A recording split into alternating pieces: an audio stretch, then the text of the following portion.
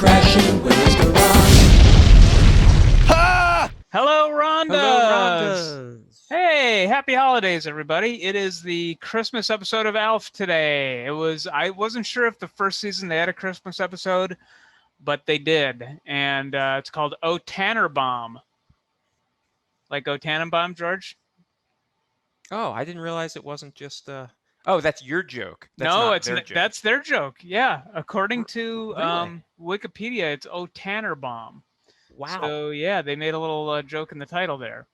Do you and yeah. riffing on the use of a song title, but also departing from it. Because I don't Exactly. remember any other puns. It's shocking. It's the holidays. And this is the only kind of like ALF title analysis you're going to get anywhere on the internet. Trust me on that.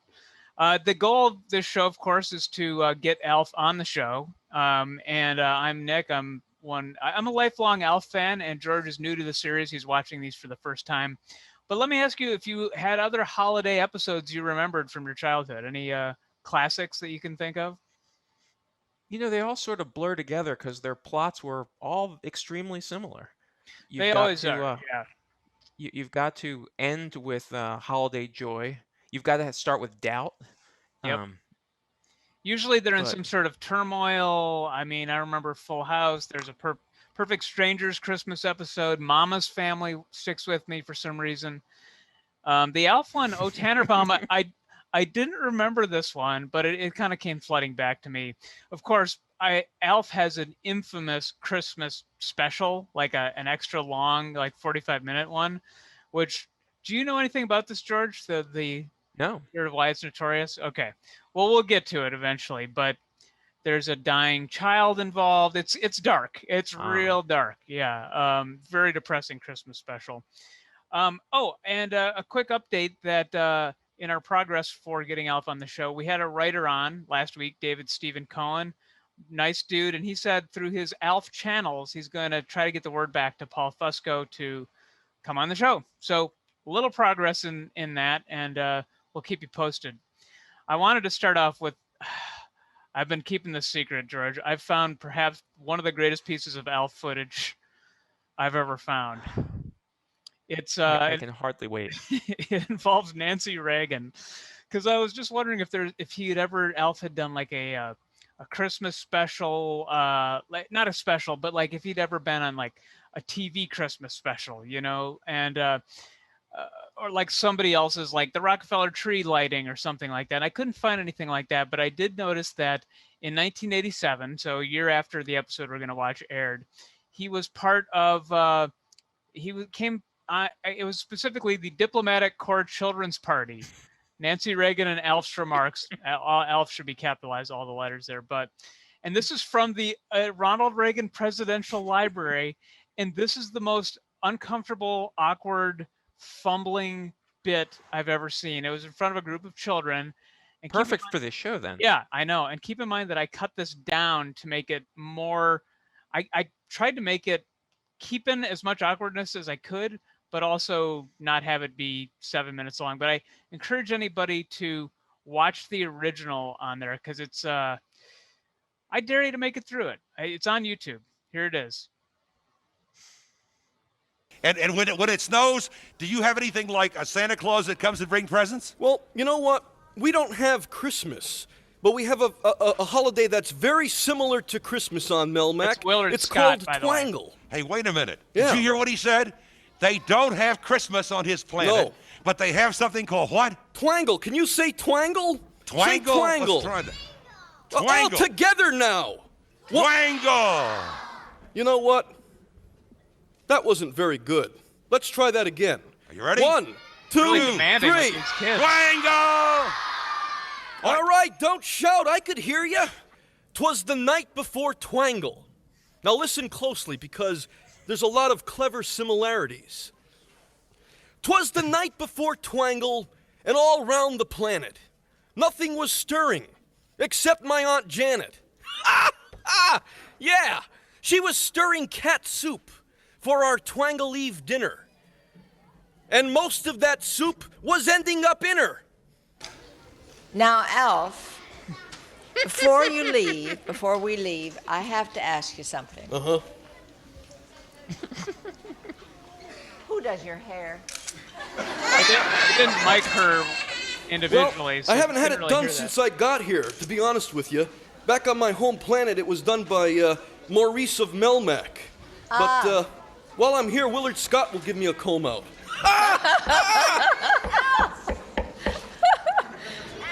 Okay. Yeah, the senator in the back's got a question. Okay. you Well, for- I was just wondering. It's interesting. You like the color? Oh, I do. Yeah, it's natural.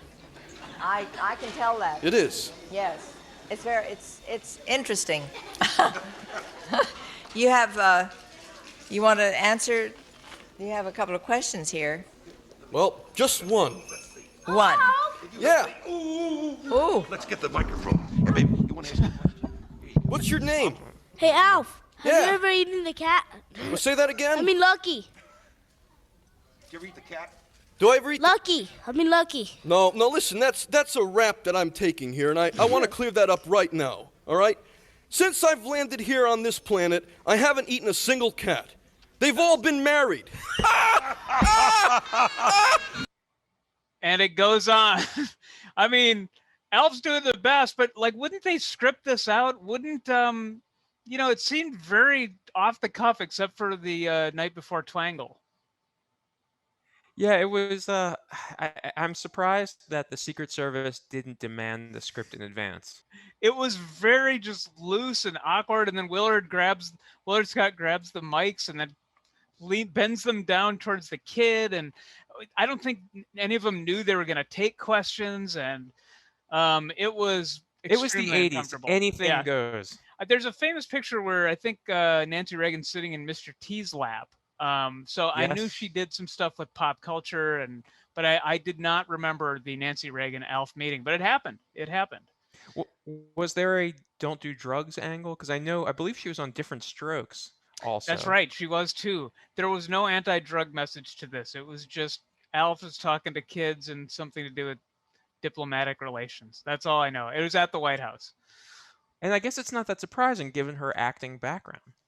Yeah, I guess like not. her, and so I guess that was Yeah. like, I don't know. Yeah, I guess she was comfortable working with puppets. And yeah, I mean, do yourself a favor if you're craving some ALF-based awkwardness with the Reagans, and that new Showtime documentary series about the Reagans is out too. So Nancy Reagan was on my mind, and man, that delivered. So let's get into a Melmac recap, though, shall we? Absolutely. Recap. Melmac. Recap. Melmac. Recap. Melmac. People have told me, George, that song just sticks in their head, and I think I know why. I think it's because it's Melmac recap repeated many, many times. Yeah, I just, we've never talked about it, but the goal for each of these little songs was to be like the tiny songs on Apollo 18 by They Might Be Giants, one of your favorite bands. Oh, they're So like they were written fingertips. with, So they're... yes, they're written with Yes. both you and Alf in mind. I appreciate that. Personalized. That one sticks in my head. And so we mentioned this. Oh, Tanner Bob. This aired on December 8th, 1986. This is a Christmas episode. And in it, Willie wants to find the perfect Christmas tree. He ends up buying a fake tree after running out of luck. And the other plot here is that Alf has never seen snow. There's no snow on Melmac. And I think Alf explains that it falls upward when he's talking to Willard Scott. I cut that part out, but he explains that snow falls upward there. But in this one, yeah, Willie's having a tough time of it. And in this first clip, there's a bunch of snow jokes, basically, about Melmac. So let's take a look at those. It always snows at Christmas. Oh, no, I saw he it on mentions it here. TV. All the stuff floats down and covers the whole town, and people go sledding and make snowmen. Then Santa slides in on a rotary shaver. Al, it doesn't snow in this part of the state. Wait a minute. I saw snow on Mr. T's Christmas special, and they tape in Burbank. Now, Mr. T actually had a Christmas special with Emmanuel Lewis. This is a really poor quality one, but I thought he may have been referencing this, which I think is from 1984, a couple years prior. Tonight, Mr. T and Emmanuel Lewis star. He's a big guy with a tough little problem. A kid that doesn't care too much about Christmas. Mr. T needs some heavyweight magic to fill this tiny Scrooge with the Christmas spirit. Because I don't want to lose this one. No Scrooge could resist all the Christmas spirit. He sees you when you're sleeping. He knows when you're awake. It's a holiday special for the kid in all of us. Mr. T and Emmanuel Lewis in A Christmas Dream. And not only that, there's a Mr. T ventriloquist dummy in that, and also Willie, Tyler, and Lester. So that special just had everything for me. It was like it was made with you in mind. Yeah, kind of like the Jingles. Did you remember that special at all? We would have been about the age where, yeah. I don't remember it. I would have probably gone with an animated special if it was on, if there was counter programming that was a cartoon. Likewise, yeah. There really should have been. I mean, I know there's an ALF like Christmas special, like a long episode, but you think there would have been more of a primetime, star-studded special guest ALF Christmas? I mean, it's not too late. It's not too late. Right. So yeah, Willie gets this crappy tree, feels guilty about it, and then ALF convinces him. He's going through and talking about where there might be snow in the state, and he says that there's this forest that used to Kate and Willie used to go to, and they had snow, and Willie's like, okay, I'll drive up and get a tree there, a real tree, and Alf's like, I'll come along, and hijinks ensue. All right, there's a road coming up right now. Where? Up ahead. Where? There it is now. Turn here, quick. Are you sure that doesn't look like a road? Yes, right here, I'm sure, I'm positive. All right. Yeah. Pretty good effect. No, wait. Fine, now we're stuck. If I'm not home before Santa gets there, I'll sue you. I noticed in watching this episode that when they go into like the, I guess, commercial break or the scene ends and it goes, you know, do, you know, Alf's most common pause or most common things to do this. And I realized too that Paul Fusco must have been the right hand in Alf, because he's very coordinated. Like even in the Nancy Reagan clip, you can see that he's kind of like doing this, and then the left hand kind of follows suit, whoever's there behind him. So what were we going to say, George?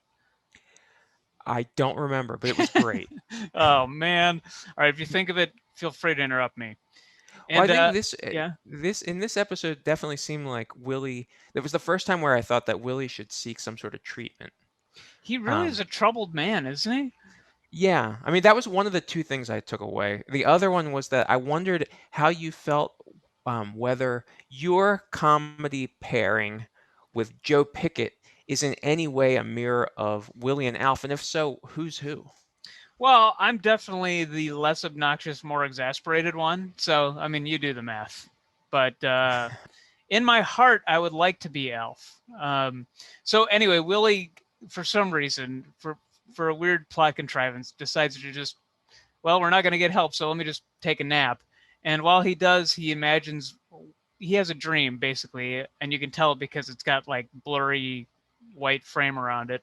And he's imagining the perfect family. It's very Ozzie and Harriet. And but even his dream is interrupted. Excuse me, dear, but doesn't the tree lean a little bit too much to the left? Oh, I don't think so. It looks fine to me. Well, it's not fine to me. Not fine at all. I'd better call the Tree Repairman. Operator, get me the Tree Repairman. The Tree Repairman? I don't think there's any such thing as a... He's on his way. Maybe that's him now. But we don't need any... Tree Repairman!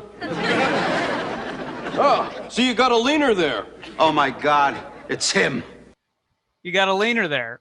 Kate looked, I have to say, Kate looked pretty sexy in that Christmas outfit. You know, I didn't notice, but I did notice Willie's, Max Wright's acting. Because I when I did my deep dive into his life, I saw that he was a great stage actor, and there was finally a hint of it that he's not just. I always assume that he is the way he acts on the show is his demeanor Right. day in day out, but he is actually he was a great actor, I'm sure. I think so too. I think like that's we've talked about it, but you have to be pretty good to be that kind of foil, I think. But he could do more than that. That's what we got to see in this episode. Well, while Willie was sleeping, Alf has cut down a tree from wherever they got lost and stuck in the mud, some kind of forest, and he puts it in the back seat. Willie wakes up and he thanks Alf, and a forest ranger fines him $300 for cutting down the tree. And there's kind of a touching moment where he's covering up Alf with a blanket while the ranger's coming over, and he goes, "Merry Christmas, Alf." They always had to have some kind of touching moment, and I'm gonna put the very end of the episode at the end of this episode too. It's a Christmas message for all of us. Yeah. What else did you think of this episode? We got to see Max's acting chops. Any other takeaways here? Well, I was just doing this for the end. Oh of the yeah, segment. yeah. We're getting out of the segment. Okay. Yeah. Yeah, I thought it was pretty good too. Yeah, again, it was concern about Willie and then admiration for Max Wright. I think this episode, if you're a Max Wright head, this episode Which I had am. it all. Yeah. Yeah. There was also a good course. running gag where Alf thinks it's Easter. He gets the holidays mixed up, so they keep finding eggs. Like you've forgotten about it from Act 1 of the show. In Act 4, like in his dream sequence, he even finds an egg. So that was kind of a nice little, I don't want to say Easter egg, but that's sort of what it was, because you got to watch those throughout the show. And now let's get into some Alf crap, shall we? Let's do it. Ba-da-dum, da-dum, da-dum, da-dum, Alf crap. Oh boy, Alf crap is very exciting today. Let me start off with one that Bob Hedges, he's a VCR party viewer. He also watches Willie's Garage regularly, and he's a gift giver. He's given some of the greatest gifts of all time. George, these might look familiar to you. Look at this. Holy crap. These are the Alf pencils. There's like 50 of them in here. They were all wrapped up in cellophane. Oh. Spent the day unwrapping them. We've got two different kinds here. This one says, people... I'm a people alien. I'm a people alien. Yep. And the blue one, do you remember what the blue one said? Pretty I classic. In German, it would be "No problemo." It is, "Hey, no problem." So I don't know what I'm going to do with these. I mean, maybe we have to do more giveaways, because I got a lot of these. I mean, I'd like to keep them all for myself, but I feel like we could really spread the joy of Alf this holiday season. Well, unless you started a GoFundMe for the official Alf Museum, in which case that would be. I'm getting close, George. Near the front. Yeah, it'd be like the Reagan Presidential Library, but at the Alf Museum, we could do it somewhere in New York, and yeah. What would you call it? The Alfzeum or the Melmaxium or the? Well, how about let us know in the comments below, and the one we like the most will get a Alf pencil topper. How about that? The one of your choice, red or blue. Let us know what the Alf Museum should be called. And if I ever become a self-made millionaire, that will be the first thing I do, George. Open an Alf Museum. But if you become a millionaire by other means, deals off. Is that not happening? Deals off. Okay, all right. Yeah, thanks for clarifying. What do you have? Well, I always think each week, well, I guess I'm at the end, but I'm never at the end. Look at this. This is a beautiful Alf painting. Gorgeous. And I found it on, it's titled Professor Alf, based on Norman Heppel's General Sir Brian Robertson, acrylic on canvas 2013. And it is sold, I'm afraid. Oh, you got my hopes up. It is well done, I think. He's looking very professorial. Yeah, that is well done. I really like that. I got another gift sent to me. This is from Pamela Z. She's a big fan of the show and also of my dog Marty. And I don't know if she bought this or made it, but it is a Yo, I Am Hot child's fake like Dickie collar button up. No, not a button up. I don't know what you'd call this. A t-shirt with a fake collar. And it says, Yo, I Am Hot. And I have not tried to put Marty in this yet, but I think on a future episode, you may see Marty wearing a Yo, I Am Hot children's ALF shirt. I don't know if she made this or if this is one from like I think J.C. Penney had like a line of ALF clothing, so it might be officially licensed. I don't know, but either way, thank you, Pamela. If it doesn't fit Marty, we're going to be seeing you wearing it in an upcoming episode. Yeah, I will try to squeeze into this either way. Someone will be wearing this shirt. So thank you, Pamela. Well, I've got what I think to be the worst ALF merchandising, and that is this toy from Argentina. It's an ALF spaceship, which is obviously just some other spaceship with some. Let me zoom in. Just ALF stickers put on. Wow. I mean, as terrible as that is, George, I kind of want it. I mean, wow. Well, the shipping is where they would get definitely says ALF on it. Yeah. The packaging's but better than I would the say actual that ship. this is when people think ALF crap, this is exactly what they're thinking of. I agree. That's why we started this segment. I've got some more ALF crap. This is amazing. I'm always looking on eBay. I've got some alerts up. And this is an item I didn't even know was a thing. This is a handmade alien ALF vacuum cleaner cover stick or loop handle. So I guess you cover up your unsightly vacuum cleaner stick by putting this on. And here's the full shebang. So somebody took an ALF doll, gutted it, gave it a really long dress to put over a vacuum cleaner. And I believe that is just 60. Well, yeah, when you add shipping, that's like, $55, $60. So get on it, Bob. Yeah. And I think you need a vacuum cleaner too. Do you have one? I do have a vacuum cleaner, but I don't think it would fit this. But and if it doesn't fit my vacuum cleaner, George will be wearing that on an upcoming episode. In fact, on all upcoming episodes. I hope so. Now, you always end with a tattoo, and we have a jingle now sent in by Joe Blevins to a Bob Seger tune. Why did I get me an ALF tattoo? What kind of trauma was I going through? Instead of Papa Smurf or Mr. Magoo, I got an ALF tattoo. ALF tattoo. I have to hide it in job interviews. And now I'm singing the Melmacian blues 'cause of my ALF tattoo. I love hearing it. Me too. So this is a tattoo. I think it was the inevitable tattoo. This is if you were a Simpsons fan, there was a ALF by the mid '90s was perhaps an object of derision. It's hard to believe. I Since can't even imagine that. No. There's a scene in which Milhouse has traded Bart's soul, I believe, for ALF Pogs. Right. And that was a quote, ALF, he's back in Pog form. And so and that was the drawing that they show. Wow, yeah. That's not bad. I like that tattoo. I would consider that one.